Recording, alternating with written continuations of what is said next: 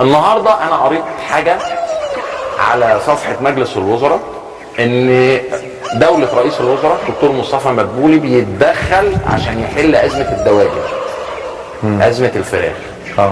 مع احترامنا الكامل لازمه الفراخ، هو نادي الزمالك يقل عن الفراخ؟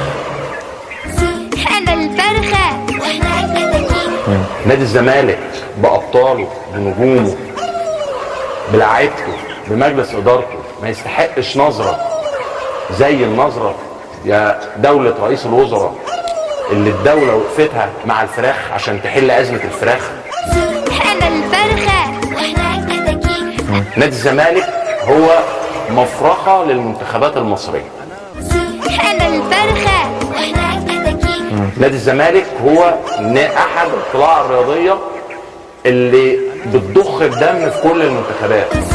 انا